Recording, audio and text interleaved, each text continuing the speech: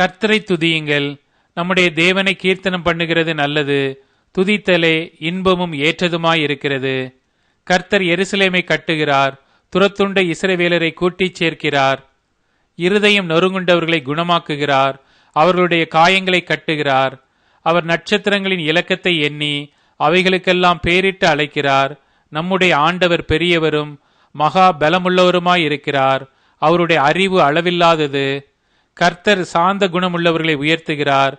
துன்மார்க்கரை தரை மட்டும் தாழ்த்துகிறார். கர்த்தரை துதியுடன் பாடி கொண்டாடுங்கள். நம்முடைய தேவனை சுர மண்டலத்தால் கீர்த்தனம் பண்ணுங்கள்.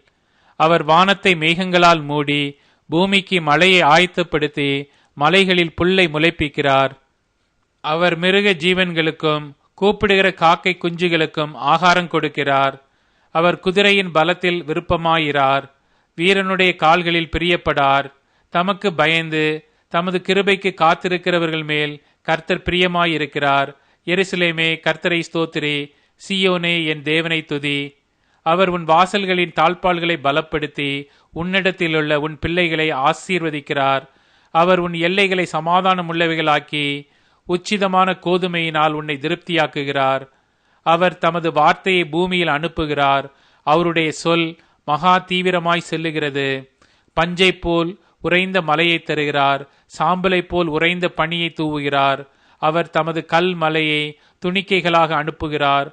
அவருடைய குளிருக்கு முன்பாக நிற்பவன் யார்? அவர் தமது வார்த்தையை அனுப்பி அவைகளை உருகப் பண்ணுகிறார்.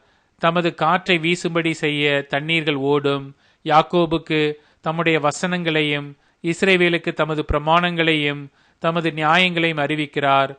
அவர் வேறே எந்த ஜாதிக்கும் இப்படி செய்ததில்லை. அவருடைய நியாயங்களை அறியாமற் போகிறார்கள். அல்லேலூயா.